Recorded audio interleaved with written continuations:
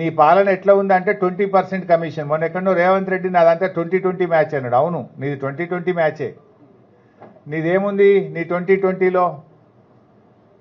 Finance డిపార్ట్మెంట్లో బిల్లులు ఇవ్వాలంటే 20% కమిషన్, రెవెన్యూ డిపార్ట్మెంట్లో భూములకు క్లియరెన్స్ ఇవ్వాలంటే 20% కమిషన్, మున్సిపల్ అడ్మినిస్ట్రేషన్ డిపార్ట్మెంట్లో అపార్ట్మెంట్లకో గేటెడ్ కమ్యూనిటీలకో పర్మిషన్ కావాలంటే 20% కమిషన్. ఇదంతా 2020 రేవంత్ రెడ్డి. ఎవరు కాదంటారు? నీకు 2020 మీద ఉన్న ప్రేమ రైతులకు నీళ్లు ఇవ్వడం మీద లేకపోవడం వల్లనే ఇలా వరంగల్ జిల్లాలో పంటలు ఎండుతా ఉన్నాయి. ఈ పంటలు ఎండడానికి కేవలం కాంగ్రెస్ ప్రభుత్వ వైఫల్యం. ఒకవైపేమో కృష్ణానదిలో తన గురువు గారు చంద్రబాబు నాయుడు నీళ్ళన్నీ పట్టుకుపోయింది ఆంధ్రాకు. ఆడ కూడా కిక్కుమనలే.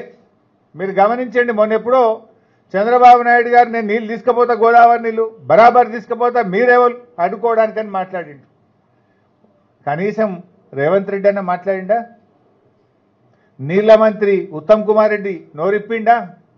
ఎందుకంటే ఉత్తమ్ కుమార్ రెడ్డి పద్మావతి గారు విజయవాడకు పోయి చేపల పులుసు తినొచ్చారు చంద్రబాబు నాయుడు దగ్గర.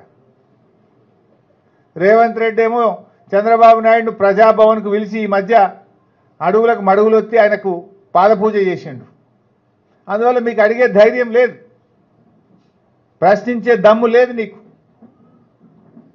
ఉత్తమ్ కుమార్ రెడ్డి గారు కుటుంబ సమేతంగా పోయించిండు చంద్రబాబు నాయుడు గారి దగ్గర, మంచి భోజనం చేసి వచ్చిండు. రేవంత్ రెడ్డి గారేమో గురుదక్షిణ చెల్లిస్తుండు.